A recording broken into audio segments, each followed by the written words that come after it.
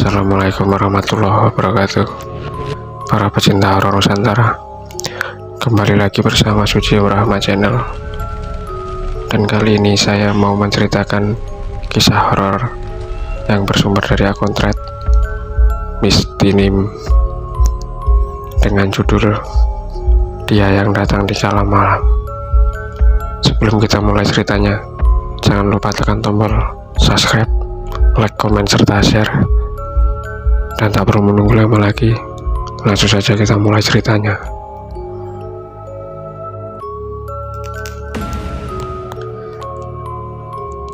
Cerita ini adalah pengalaman pertama yang dialami Reza secara langsung selama hidupnya. Sebenarnya Reza bukanlah orang yang penakut.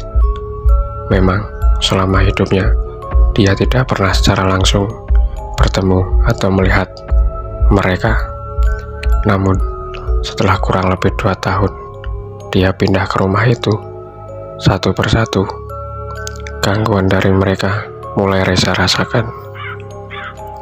Sebelumnya Reza tinggal dan besar di kota Surakarta, lalu dia memutuskan untuk pindah ke kota Semarang karena keperluan sekolahnya.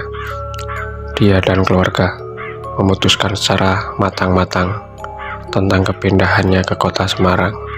Tepat dia pindah ke rumah yang saat ini dia tempati, yang menjadi awal dari cerita pengalamannya kali ini. Singkat cerita, dia pindah ke rumah dari salah satu keluarganya. Rumah itu bisa disebut rumah yang cukup tua di daerah itu. Bangunannya saja masih memiliki beberapa corak khas bangunan lama. Namun hal itu tidak dihiraukan. Singkat cerita, setelah dia pindah ke rumah itu, suasana baru mulai dia rasakan. Malam-malam setelah kepindahan, dia memang belum ada gangguan yang membuatnya takut. Namun setelah kurang lebih 1 tahun dia tinggal, gangguan itu satu persatu muncul, yang kadang kala membuatnya merasa tidak nyaman.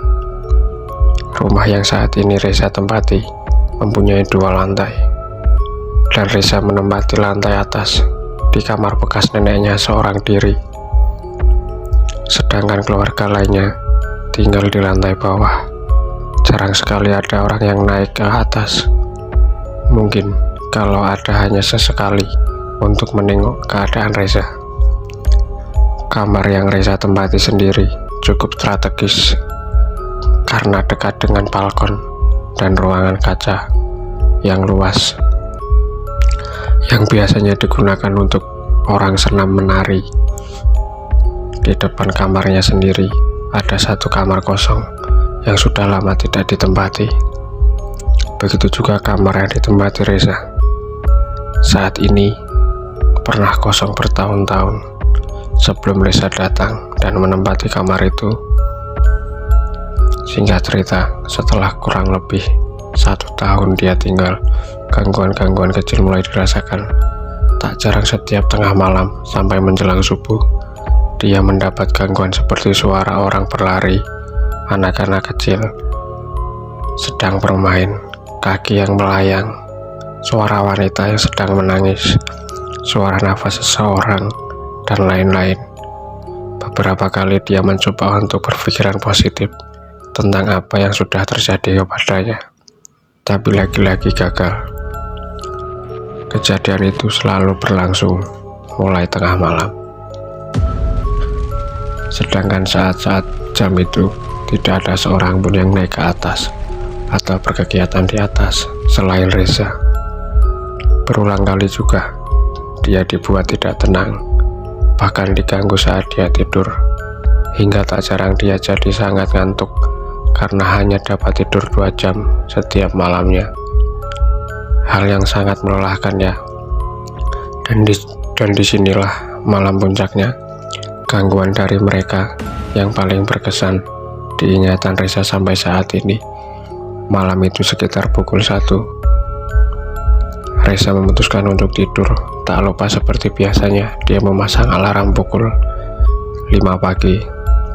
Singkat cerita, dia berhasil tidur, berharap malam ini tidak ada lagi gangguan seperti biasanya. Tapi harapannya pupus, manakala selang beberapa menit dia tertidur. Dia merasakan ada sesuatu yang datang menghampiri dia yang belum sepenuhnya tertidur. Dia ada di depan mukaku, alias saat aku terlentang, dia ada di depan mukaku tanpa alasan tertentu, ucapnya. Rasanya dia ingin bangun untuk memastikan apa yang ada di hadapannya. Tapi keinginannya tidak bisa dia lakukan, manakala ketakutan semakin menjadi sampai membuat seluruh tubuhnya merinding. Apalagi dia tidur dengan telanjang, membuat suasana semakin membuatnya merinding hingga keringat dingin. Tiba-tiba dia merasakan tubuhnya menjadi panas yang membuatnya harus terbangun di tengah ketakutannya itu. Rupanya di hadapannya tidak ada apapun yang dia lihat. Lalu dia memutuskan untuk kembali tidur dengan keadaan seperti awal. Suasananya malah membuatnya kembali merasa kedinginan. Di dalam tidurnya dia mencoba terlelap, namun tiba waktunya saat makhluk itu mengangkat seluruh tubuhnya yang masih terlentang seperti salah satu scan. Kejadian pertama saat makhluk itu mengangkat Reza, dia merasakan setelah diangkat tubuhnya ditahan sekian menit, seperti sengaja ditahan untuk melayang dengan sendirinya. Saat dia diangkat tubuhnya mendadak kaku, tidak bisa berbuat apapun. Padahal rasanya saat itu Reza ingin membuka mata. Setelah tubuhnya diangkat, makhluk itu mengembalikan lagi tubuhnya Reza dengan sangat lembut ke posisi semula. Lalu saat dia mengangkat tubuhku yang kedua kalinya, dia mencoba menaruh tubuhku dengan sangat lembut. Entah mengapa aku merasakan kenyamanan tersendiri pada cara makhluk itu memperlakukan tubuhku ini. Dia berpikir gangguan itu sampai di situ saja, tapi ternyata gangguan itu berlanjut. Seperti ada orang batuk dan dia mendengar suara aktivitas di sebelah kamar yang dia tempati. Padahal dia tahu sendiri tidak ada orang yang tinggal di lantai atas selain dirinya. Setelah gangguan itu, dia mencoba untuk tidur kembali tanpa menghiraukan gangguan-gangguan lain yang akan datang. Tapi dalam tidurnya ia malah diimpikan oleh kedua orang tuanya. Di dalam mimpinya dia sedang berada di rumah aslinya di Boyolali. Di situ hanya ada aku dan mamaku, dan tiba-tiba saat itu sedang berberes satu lemari baju. Ayahku menyapa,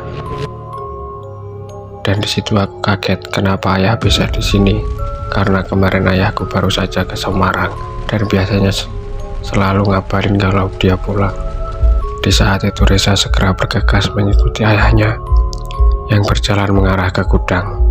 Di situ Reza melihat banyak serpihan kaca dan darah. Sedangkan di dalam mimpinya dia sudah berada di tempat itu berhari-hari.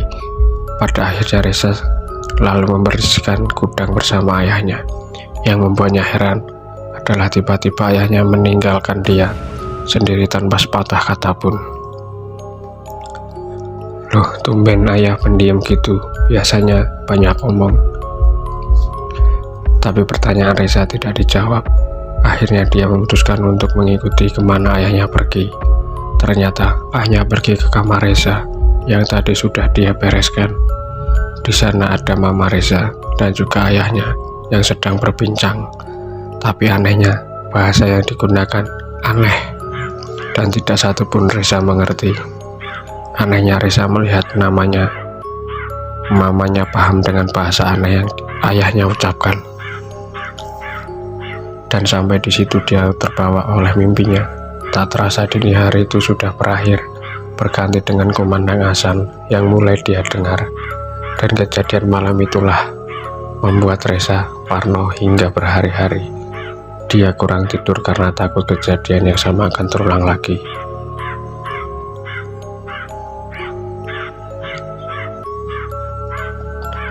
Dan sampai disitulah cerita dari Reza, teman-teman. terima kasih sudah mengklik tombol ini, menonton video ini, dan jangan lupa tekan tombol like, komen, serta subscribe tentunya. Terima kasih. Wassalamualaikum warahmatullahi wabarakatuh.